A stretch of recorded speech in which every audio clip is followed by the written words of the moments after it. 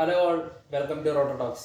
Pravinkoodu Shappu written and directed by Sreeraj Sreenivasan. അദ്ദേഹത്തിന്റെ first പടമാണ്. ഈ സിനിമയ്ക്ക് ഹൈപ്പോടാനായിട്ടുള്ള ഒരുപാട് ഫാക്ടേഴ്സ് ഇതിന്റെ ടെക്നിക്കൽ സൈഡിലുണ്ടായിരുന്നു, പിന്നണിയിലുണ്ടായിരുന്നു. അതിൽ ഫസ്റ്റ് നമ്മൾ പറയേണ്ടത് ഇതിന്റെ പ്രൊഡ്യൂസർ അൻവർ റഷീദാണ്. ബാംഗ്ലൂർ ഡേയ്സ് മുതൽ അവസാനം ഇറങ്ങിയ ആവേശം വരെ അദ്ദേഹം പ്രൊഡ്യൂസ് ചെയ്ത എല്ലാ സിനിമകളും ഒമ്പം വിജയമാണ്. അപ്പൊ അത് തന്നെയാണ് ഈ സിനിമയ്ക്ക് പ്രതീക്ഷ കൊണ്ടാണുള്ള ഒരു കാരണം. പിന്നെ DOP ഷൈജു ഖാലിദ് പ്രത്യേകിച്ചൊന്നും പറയണ്ട, ഗംഭീര വർക്കാണ് ഈ സിനിമയ്ക്ക്. ഒന്ന് രണ്ട് ചേസിങ് സീനും കാര്യങ്ങളൊക്കെ ഉണ്ട്, കിട്ടിലനായിട്ട് എടുത്ത് വെച്ചിട്ടുണ്ട്. മ്യൂസിക് വിഷ്ണു വിജയ് അത്യാവശ്യം നല്ല സ്കോറും കാര്യങ്ങളൊക്കെ ആയിരുന്നു. പിന്നെ പാട്ട് എന്ന് പറയുന്നത് സീനുകളോടൊപ്പം സഞ്ചരിക്കുന്ന പാട്ടുകളായിരുന്നു. അത്യാവശ്യം നല്ല ബാക്ക്ഗ്രൗണ്ട് സ്കോറും കാര്യങ്ങളൊക്കെ ആയിരുന്നു. കുറെ സീനുകൾ അത്യാവശ്യം എൻഗേജിംഗ് ആയിട്ട് കണ്ടിരിക്കാൻ പാകത്തിന് നല്ല രീതിയിൽ സ്കോർ പുള്ളി ചെയ്ത് വെച്ചിട്ടുണ്ട്. പിന്നെ എഡിറ്റർ ഷഫീഖ് മുഹമ്മദ് അലി, ബ്രഹ്മയുഗം, അതുപോലെ നമ്മുടെ ജിഗർദാന്റെ ഒക്കെ ചെയ്തിട്ടുള്ള അത്യാവശ്യം നല്ല ടെക്നിക്കൽ സൈഡ് അത്യാവശ്യം നല്ല വർക്ക് തന്നെയായിരുന്നു ഈ സിനിമയിൽ, പറയാതിരിക്കാൻ കഴിയും. പിന്നെ ഇതിന് ബാക്കി എല്ലാ ടെക്നിക്കൽ ഡിപ്പാർട്ട്മെന്റ്, എസ്പെഷ്യലി ഇതിന്റെ സൗണ്ട് ഡിപ്പാർട്ട്മെന്റിനെ പറ്റി പറയാം. അത്യാവശ്യം നല്ല വർക്കാണ് ചെയ്തേക്കുന്നത്. മറ്റേ മൈന്യൂട്ടായിട്ടുള്ള വോയിസുകൾ പോലും നമുക്ക് നല്ല രീതിക്ക് കേൾക്കാൻ പറ്റും. അത്യാവശ്യം നല്ല സൗണ്ട് ഡിപ്പാർട്ട്മെന്റ് ആയിരുന്നു പറഞ്ഞത്. പിന്നെ സിനിമയിലോട്ട് വരുമ്പോൾ ഒരു പ്രധാന വേഷത്തിൽ എത്തിക്കുന്നത് ബേസിൽ ജോസഫാണ്. അദ്ദേഹം ഒരു SI റോളാണ് ഈ സിനിമ ചെയ്തേക്കുന്നത്. അത് ഇതുവരെ ചെയ്തേക്കുന്നതിൽ നിന്ന് അല്പം വ്യത്യസ്തമായിട്ടുള്ള റോളാണ്. അങ്ങനെ അദ്ദേഹത്തിന് സ്ഥിരം മാനേഴ്സും കാര്യങ്ങളൊക്കെ ഉണ്ടെങ്കിൽ പോലും അല്പം വ്യത്യസ്തമായിട്ടുള്ള കുറച്ച് കാര്യങ്ങളൊക്കെ ഇതിൽ ആഡ് ചെയ്തിട്ടുണ്ട്. പിന്നെ സൗബിൻ വരുന്നുണ്ട്, ചെമ്പൻ വിനോദ് ജോസ് വരുന്നുണ്ട്, പിന്നെ ശബരീഷ് വരുന്നുണ്ട്, ചാന്ദിനി ശ്രീധർ നമ്മൾ എടുത്ത് പറയേണ്ട പേരാണ്. അത്യാവശ്യം നല്ല പെർഫോമൻസ് ആയിരുന്നു സിനിമയിൽ. സ്റ്റാർട്ടിങ് തൊട്ട് എൻഡ് വരെ പുള്ളിക്കാരി സിനിമയിലുണ്ട്, അത്യാവശ്യം നല്ല റോളായിരുന്നു. പിന്നെ കുറെ പേരുണ്ട്, ശിവജിത്ത് ഉണ്ട്, അദ്ദേഹം ഒരു ഇമ്പോർട്ടന്റ് റോൾ ചെയ്തിട്ടുണ്ട്. പിന്നെ അതുപോലെ തന്നെ സൗബിൻ ബേസിൽ ഇവരൊക്കെ തൃശ്ശൂർ ഭാഷ അത്യാവശ്യം നല്ല രീതിയിൽ കൈകാര്യം ചെയ്യുന്നുണ്ട്. സൗബിനൊക്കെ അത്യാവശ്യം നല്ല രീതിക്ക് പണിയെടുത്തിട്ടുണ്ട് തൃശ്ശൂർ ഭാഷയുടെ ആ ഒരു സ്ലാങ് കാര്യങ്ങളൊക്കെ അത്യാവശ്യം നല്ല രീതിക്ക് ഇടാനായിട്ട്.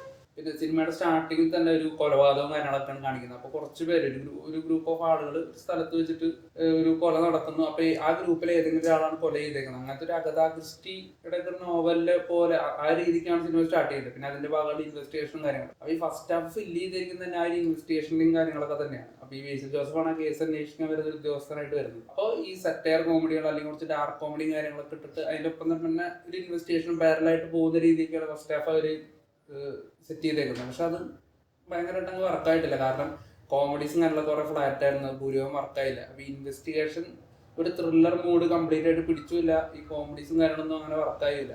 അപ്പൊ മൊത്തത്തിൽ ഫസ്റ്റ് ഹാഫ് അല്പം ഫ്ലാറ്റ് ആയിരുന്നു. പിന്നെ അത്യാവശ്യം നല്ലൊരു ഇന്റർവൽ ബ്ലോക്കോട് കൂടിയിട്ടാണ് ഫസ്റ്റ് ഹാഫ് എൻഡ് ചെയ്യുന്നത്. പിന്നെ സെക്കൻഡ് ഹാഫിലോട്ട് വരുമ്പോൾ കുറച്ച് ഹാപ്പനിങ്സും കാര്യങ്ങളൊക്കെ ഉണ്ട്. അത്യാവശ്യം നല്ല സ്ക്രീൻ പ്ലേ ഒക്കെ അത്യാവശ്യം കുറച്ച് എൻഗേജിങ് ആവുന്നുണ്ട്. ഫസ്റ്റ് ഹാഫിൽ എന്ന് പറയുമ്പോൾ അത്ര ഗ്രിപ്പിംഗ് അല്ല, നമുക്ക് ഇങ്ങനെ വെറുതെ ഇങ്ങനെ ചടഞ്ഞിരിക്കേണ്ട ഒരു അവസ്ഥയാണ്. കാരണം ഈ കോമഡീസ് കാര്യങ്ങളൊന്നും കൂടുതൽ കുറെ കോമഡീസ് ഒന്നും വർക്ക് ആവുന്നില്ല. ഈ സെറ്റയർ കോമഡീസ് കാര്യങ്ങളൊന്നും വർക്ക് ആവുന്നില്ല തിയേറ്ററിൽ. സെക്കൻഡ് ഹാഫിലോട്ട് വരുമ്പോൾ കുറച്ചുകൂടി ഗ്രിപ്പിംഗ് ആണ്, കുറച്ചുകൂടി നല്ല ഹാപ്പനിങ്സും കാര്യങ്ങളും കുറച്ചുകൂടി നല്ല മൊമെന്റ്സ് വരുന്നുണ്ട്. പാരലായിട്ട് വേറെ ഒരു ഇൻവെസ്റ്റിഗേഷനോടെ ഒക്കെ നടക്കുന്നുണ്ട്. അപ്പൊ നമുക്ക് സിനിമ ആണെന്ന് നമുക്ക് മനസ്സിലാവും. പിന്നെ അത്യാവശ്യം സാറ്റിസ്ഫൈ ആയുള്ള ഓഡിയൻസിന് അത്യാവശ്യം സാറ്റിസ്ഫൈ ആയുള്ള രീതിയിൽ ആരാണ് ഈ കൊല ചെയ്തത് അങ്ങനെയൊക്കെ രീതിക്ക് നോർമലായ രീതിക്ക് തന്നെയാണ് എൻഡ് ചെയ്യുന്നത്.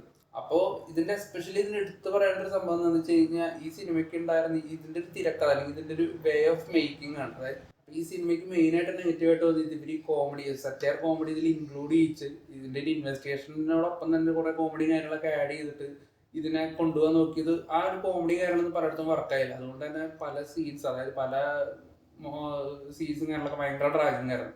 അപ്പൊ അതുകൊണ്ട് തന്നെ പൂർണ്ണമായിട്ട് എൻഗേജ് ചെയ്യാൻ പറ്റിയിട്ടില്ല സ്റ്റാഫിലൊന്നും. അപ്പൊ അത് തന്നെയാണ് ഈ സിനിമയുടെ ഒരു നെഗറ്റീവ് സൈഡായിട്ട് എനിക്ക് തോന്നുന്നത്. അതുകൊണ്ട് നമുക്ക് പൂർണ്ണമായിട്ട് ഒരു സാറ്റിസ്ഫാക്ടറി സിനിമയൊന്നും കിട്ടിയിട്ടില്ല. അതായത് അത്യാവശ്യം നല്ല പ്രതീക്ഷയോടുകൂടി തന്നെയാണ് നമ്മൾ പോയത്. കാരണം ഇതിന്റെ ക്രൂ അത്രത്തോളം നമുക്കൊരു പ്രതീക്ഷ വരുന്ന ക്രൂ ആയിരുന്നു. ഒരു സിനിമയുടെ ഇത്തരത്തിലുള്ള ഒരു കൈൻഡ് ഓഫ് മേക്കിംഗ് കൊണ്ട് അതൊരു പൂർണ്ണ തൃപ്തി നൽകിയിട്ടില്ല നമുക്ക് കാണുന്ന നമുക്ക്. എന്നാൽ പോലും ഒരു ഡിഫറെന്റ് കൈൻഡ് ഓഫ് ത്രില്ലർ എന്ന രീതിയിലൊക്കെ സമീപിക്കാവുന്ന ഒരു വെറൈറ്റി അറ്റംപ്റ്റ് ആണ്. ഡിഫറെന്റ് കൈൻഡ് ഓഫ് ത്രില്ലറാണ്. അപ്പൊ ആ ഒരു രീതിക്ക് നമുക്ക് സമീപിക്കാവുന്ന ഒരു സിനിമ തന്നെയാണ്. അതൊരു വൺ ടൈം വാച്ചബിളാണ്. തിയേറ്ററിൽ നിന്ന് കണ്ടു കഴിഞ്ഞാൽ ഭയങ്കര നിരാശയൊന്നും പറ്റൂല.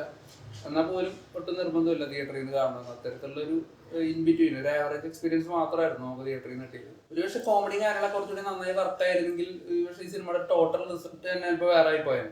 എന്തായാലും നമുക്കിപ്പോൾ മലയാളത്തിൽ വീക്കിലി ഇറങ്ങുന്ന ഒരു തട്ടിക്കൂട്ട് സെറ്റപ്പ് സിനിമകളെക്കാളും അത്യാവശ്യം മേലെ നിൽക്കുന്ന സിനിമ തന്നെയാണ്. പക്ഷെ എന്നാൽ പോലും ഇതിലുള്ള ഒരു എക്സ്പെക്ടേഷനും കാര്യങ്ങളും അത് പൂർണ്ണമായിട്ട് സാറ്റിസ്ഫൈ ചെയ്യിച്ചില്ല എന്ന് തന്നെയാണ് ഈ സിനിമയ്ക്ക് ഒരു നെഗറ്റീവ് ആയിട്ടുള്ളൊരു എനിക്ക് തോന്നിയൊരു കാര്യം. എന്താ പറഞ്ഞാൽ ഒരു ആവറേജ് എക്സ്പീരിയൻസ് മാത്രമാണ് പ്രാവിൻകൂട് ഷാപ്പ് സമ്മാനിക്കുന്നത്.